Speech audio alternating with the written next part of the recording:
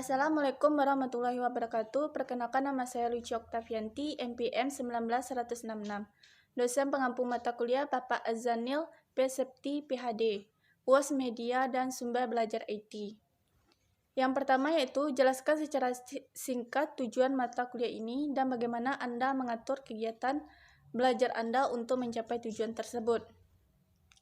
Menurut saya, pembelajaran berbasis IT adalah memberikan penyuluhan tentang kebermanfaatan teknologi informasi atau IT dalam pendidikan, khususnya pembelajaran di sekolah.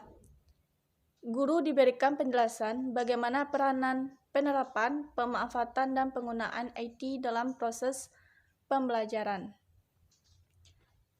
Tujuannya yaitu yang pertama itu dengan cara menyusun agenda harian. Menyusun agenda harian membuat kamu lebih mudah menentukan kapan kamu harus belajar dan kapan kamu harus bermain.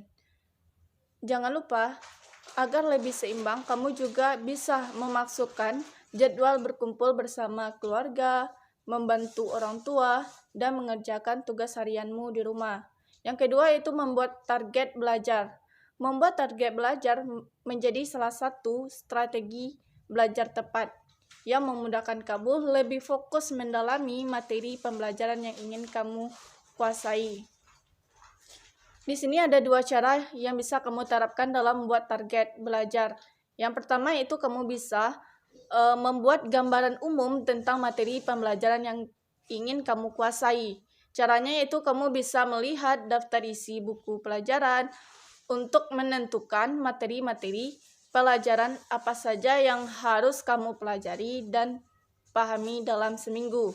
Yang kedua yaitu buatlah pemetaan tentang pemahaman konsep materi pelajaran. Cara ini akan memudahkan untuk mengukur pemahamanmu terhadap konsep materi pelajaran yang ingin kamu pelajari.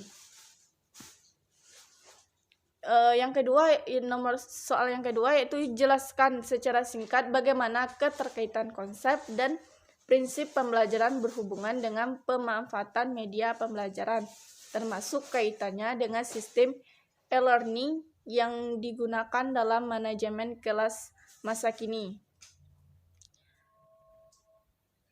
Di sini yaitu yang pertama yaitu tidak ada suatu media yang terbaik untuk mencapai semua tujuan pembelajaran. Yang kedua yaitu penggunaan media harus didasarkan pada tujuan pembelajaran yang hendak dicapai. Dengan demikian, pemanfaatan media harus menjadi bagian integral dari penyajian pelajaran. Yang ketiga yaitu penggunaan media harus mempertimbangkan kecocokan ciri media dengan karakteristik materi pembelajaran yang disajikan. Yang keempat yaitu penggunaan media harus disesuaikan dengan bentuk kegiatan belajar yang akan dilaksanakan seperti belajar klasik, kelompok kecil, belajar secara individual, dan belajar secara mandiri. Yang kelima yaitu guru hendaknya kenal betul dengan alat yang akan digunakan. Penggunaan media harus disertai persiapan yang cukup seperti mereview media yang akan dipakai, mempersiapkan peralatan yang dibutuhkan. Yang keenam yaitu penggunaan media harus diusahakan agar senantiasa melibatkan partisipasi aktif peserta. Yang ketujuh, media yang digunakan hendaknya dipilih secara objektif, tidak didasarkan atas kesenangan pribadi.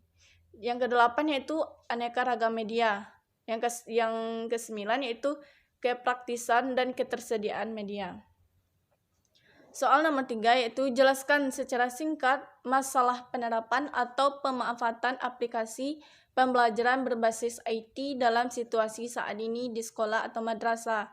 Yang pertama yaitu meningkatkan kualitas pendidikan. Pendidikan merupakan satu aspek yang dipercaya bisa membuka peluang untuk meningkatkan kualitas hidup. Namun, pendidikan yang tidak berjalan secara maksimal juga tidak akan memberikan dampak yang baik pula. Di sini keberadaan teknologi dapat menjadi salah satu jalan untuk meningkatkan kualitas pendidikan. Selanjutnya itu media pendukung pelajaran dalam kegiatan belajar mengajar. Tidak jarang siswa merasa jenuh dengan materi pelajaran yang disampaikan secara monoton. Dengan adanya teknologi, sekarang para pendidik mampu membuat alternatif cara mengajar lebih interaktif, misalnya dengan memperlihatkan materi pelajaran lewat slide presentasi yang lebih hidup atau dengan menggunakan video-video yang mengundang siswa untuk lebih fokus belajar.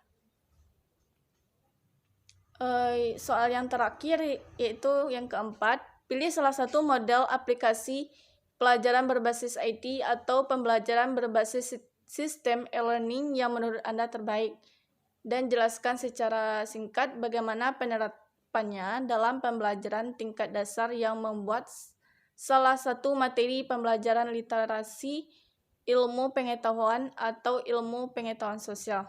Di sini saya memilih aplikasinya yaitu Zoom Meeting. Zoom Meeting merupakan aplikasi yang digunakan untuk kegiatan seperti video conference sehingga dapat digunakan untuk kegiatan synchronous e-learning, di mana diantaranya pelajar dan pengajar dalam satu kurun waktu yang sama namun berbeda tempat. Jadi penerapannya yaitu dalam pembelajaran tingkat dasar yang memuat salah satu materi pembelajaran tingkat dasar dapat membuat segala pembelajaran yang sangat mudah digunakan dan dimanapun. Model aplikasi ini yang sangat bermanfaat bagi semua kalangan, baik untuk pendidikan, pekerjaan, dan lain sebagainya. Itulah video UAS saya. Assalamualaikum warahmatullahi wabarakatuh.